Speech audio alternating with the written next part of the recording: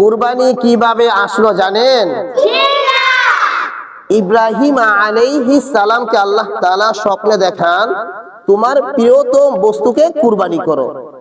ইব্রাহিম আলাইহিস সালাম চিন্তায় পড়ে গেলেন, আমার প্রিয়তম তো আমার একমাত্র সন্তান, যে সন্তানের জন্য একদিন না 2 দিন না 86 বছর আল্লাহ তাআলার কাছে দোয়া করার পর একটি সন্তান আল্লাহ তাআলা দান করছে, ইসমাইল আলাইহিস সালামকে।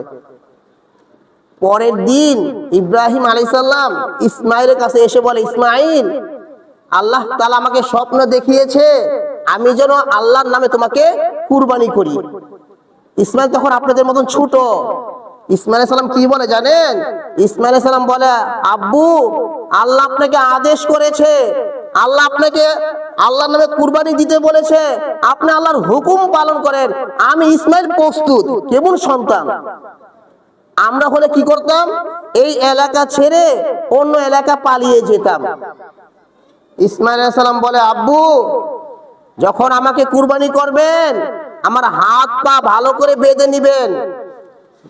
যখন আমাকে কুরবানি করবেন মৃত্যুর যন্ত্রণা হয়তো আমি ছটপট করব, নাড়াচাড়া করব, আমার হাত পা আপনার শরীরে লাগতে পারে, আমার বেদবি হয়ে যেতে পারে, আমার হাত পা ভালো করে বেঁধে নিবেন।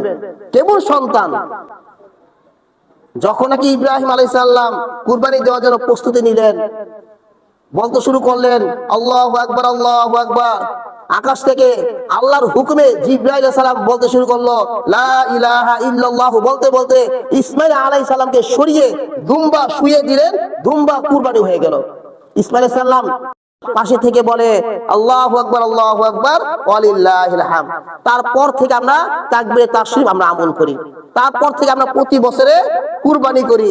যার উপরে নিসাব পরিমাণ সম্পদ রয়েছে তার উপরে কুরবানি করা ওয়াজিব।